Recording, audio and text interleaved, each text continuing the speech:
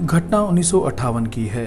साधु लेखराम गांव मलकपुरा, तहसील डबवाली, जिला सिरसा से अपनी घरवाली कुनवा देवी के साथ घटित इस करिश्मे को इस प्रकार बयान करता है। लेखराम ने बताया कि उसकी घरवाली और उसके गांव की 8-10 बहनें अपने मन की बात पूछने के लिए सयाने यानी ओझा के पास गांव ओढ़ा गई, परंतु उन्हें वह सयाना घर पर नहीं मिला, इसलिए वे खाली ही वापस लौट आई।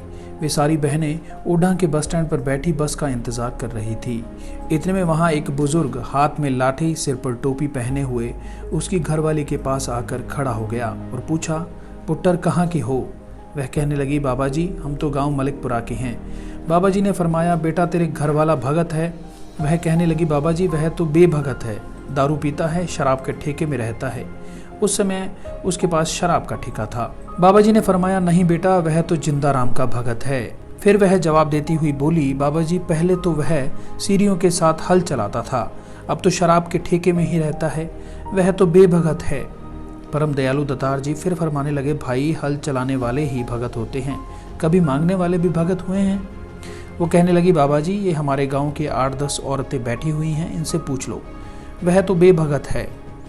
सर्व सामर्थ्य सदगुरु जी फरमाने लगे, पुट्टर हमने गवाही भरवाकर क्या लेना है, समय आने वाला है, तू भी जिंदाराम की भगतनी और वह भी जिंदाराम का भगत होगा।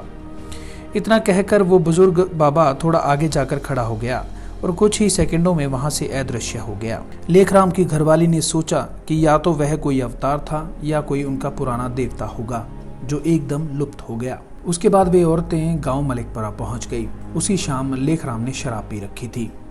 जब वह घर आया तो 2 आदमी उसे बाजुओं से पकड़ कर लाए और उसे चारपाई पर लेटाकर वापस जाने लगे। इस पर उसकी घरवाली उसकी चाची को कहने लगी, देखो माता ये भक्तों के लक्षण है। चाची कहने लगी, यह जब नहीं पीता था तो सभी से सूझवान था, घर में आगू था, जब से शराब का ठेका लेना शुरू किया है तब से शराब पीने की आदत लग गई है। लेखराम आगे बताता है कि उस समय उनका परिवार खेती किया करता था, उनके 2 सीरी थे। उस दिन सुबह 4 बजे हल जोतने के लिए 2 सीरी उनके घर आ गए और उससे पूछा, चौधरी जी वो खेत तो हमने जोत दिया है, अब कौन से खेत में हल चलाना है? लेखराम ने कहा, मैं भी तुम्हारे साथ चलता हूँ। फिर वह अपनी चाची को बोला, चाची मुझे दही खिचड़ी बर्तन में डाल दो, मैंने सीरियों के साथ खेत जाना है। चाची कहने लगी, बेटा शराब ना पिया कर। इतने में उसकी घरवाली झाड़ू लगाती हुई उसके पास आकर खड़ी हो गई और कहने लगी, उस बुजुर्ग ने कम से कम 100 दफ़ा मुझे दर्शन दिए हैं। जब मैं सोती हूँ तब भी सामने और जब जागती हूँ तब भी उसका स्वरूप मुझे दिखाई देता रहता है। इतना सुनकर मेरी चाची बोली, देख बेटा लेखराम तुझे भी दर्शन होंगे अगर शराब न पिए। लेखराम ने कहा, चाची जी आगे से नहीं पीऊंगा। उसके बाद उसने शराब नहीं पी और न ही शराब में पानी की मिलावट की, जबकि पहले शराब में पानी डालकर बेचा करता था। उसके बाद लेखराम के पास 3 महीने ठेका रहा, परंतु उसने शराब को नहीं छुआ। एक दिन वह अपने ननिहाल गांव घूकावाली में गया। वहां के प्रेमी सरवन सिंह, जिसने की पूज्य बेपरवाह साईं शाह मस्ताना जी से नामदान ले रखा था, वह उससे मिलने के लिए उसके घर गया। उसके कमरे में शहंशाह जी के स्वरूप लगे हुए थे। लेखराम फोटो के आगे खड़े होकर सच्चे हृदय से अरदास करता है कि हे सच्चे सौदे वाले बाबा जी, नामदान जब आप जी की रजा हो तब बख्श देना, पर आज से मैं प्रण करता हूँ कि आप जी के तीनों परहेजों शराब, मांस, अंडा पर स्त्री पर पक्का रहूँगा, पूरी पालना करूँगा। इतना कहकर वह फोटो के आगे आधा पौना घंटा रोता रहा। सरवन सिंह उसका बाजू पकड़कर बोला, तू चाय पी, फोटो वाले बाबा जी से तुझे आज ही मिलवा दूंगा। उसके बाद सरवन सिंह, लेखराम व एक अन्य भाई तीनों उसी दिन सिरसा दरबार में पहुंच गए। उनके यहाँ पहुंचने से कुछ देर पहले ही बाबा जी अंदर तेरावास में चले गए थे।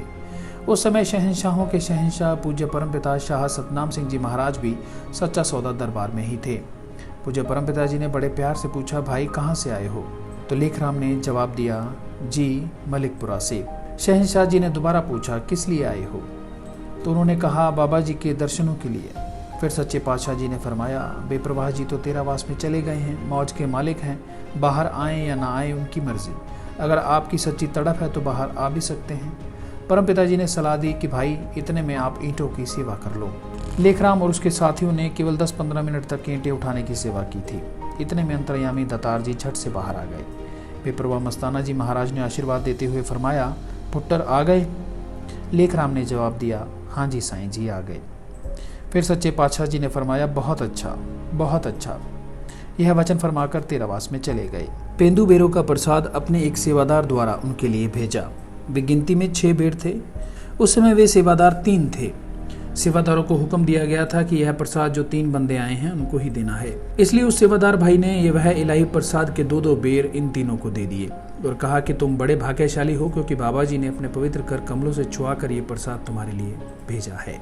पूज्य बेपरवाह जी के दर्शनों के बाद वे तीनों घर को वापस लौटने लगे तो पूज्य परमपिता जी ने फरमाया, लेखराम 7 दिनों के बाद बड़ी सत्संग है, उस पर जरूर आना, उस दिन नाम भी मिलेगा।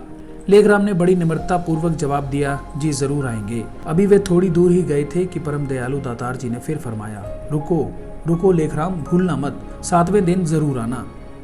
लेखराम ने जवाब दिया, जी जरूर आएंगे, जरूर आएंगे।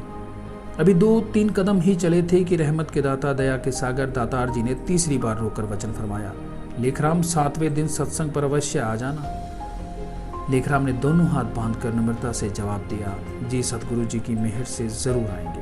महावारी के सत्संग पर पहुंचकर लेखराम ने बेपरवाह जी से नामदान प्राप्त कर लिया। नामदान लेने के बाद पूज्य बेपरवाह मस्ताना जी महाराज ने बड़े प्रेम से समझाया, देखो भाई, आपको नाम मिल गया है, अगर ये नियम तोड़ोगे तो आपको 2 गुना दंड मिलेगा, क्योंकि एक बार तुम गर्भ में थे तो उस वक्त समझाया आपको इसी ताकत में, दूसरी बार अब समझाते हैं, इसलिए अगर परहेज तोड़ोगे तो 2 गुना दंड मिलेगा। बिना नाम वाले को 1 डंडा और नाम वाले को 2 डंडे। कोई कितना चाहे पुण्य दान करे, तुमने इन 5 शब्दों को बार बार सिमर लेना है, आपको उनके पुण्य दान से इसका फल ज्यादा मिलेगा।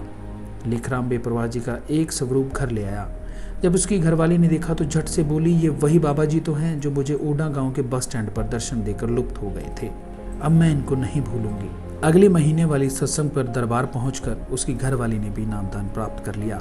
इस प्रकार कुल मालिक बेपरवाह मस्ताना जी ने उनका जन्म मरण का कुष्ठ रोग उसी दिन से दूर कर दिया जिस दिन उसकी घरवाली को प्रत्यक्ष दर्शन देकर उपरोक्त वचन फरमाए थे।